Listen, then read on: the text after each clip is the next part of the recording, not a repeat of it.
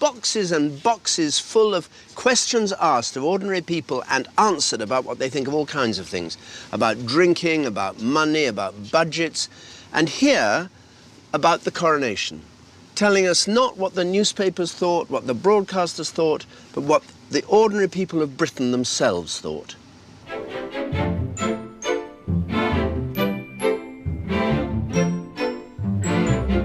I think there was enthusiasm. I think that enthusiasm built over time.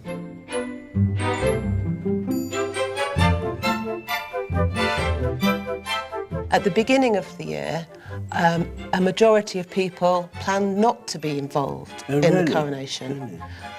As the event became closer, more people decided that they did want to be involved.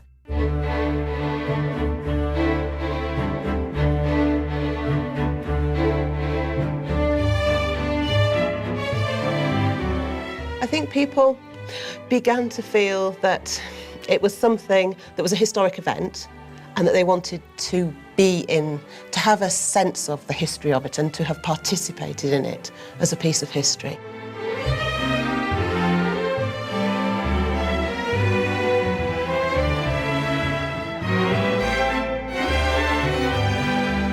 There was grumbling. There was grumbling about the commercialisation of it.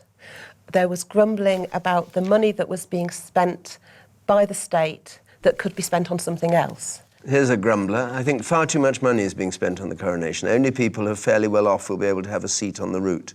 Most middle-class people couldn't afford to pay the price. I was a lucky one, I had a seat.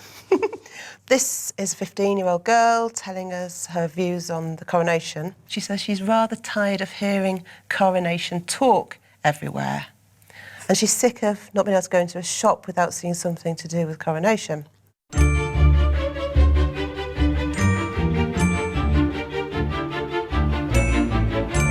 Everything you handle is red, white and blue.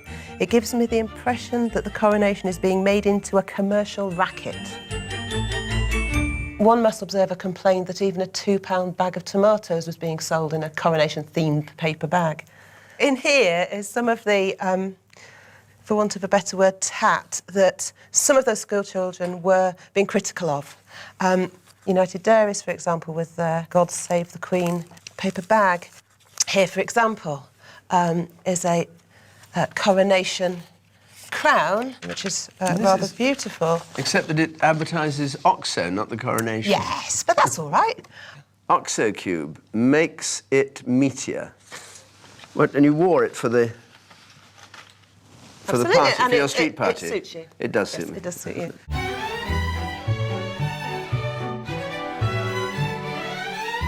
There's a lot of talk about food. This is a point in British history where food loomed quite large because of the rationing that people had been experiencing for a very long time. I am sure that we will have a lovely meal with the potato crisps and margarine that we are being allowed. That we're being allowed. Being allowed. What's interesting is the way in which everybody clubs together on this day. So it's a sort of a festival of food, people bringing stuff. One family brought a whole bucket full of fruit salad. Actually, it doesn't sound very appealing, does it? No, it doesn't. What's that bucket been used for before? Orange squash cider and tonic water to make a punch. Whoops.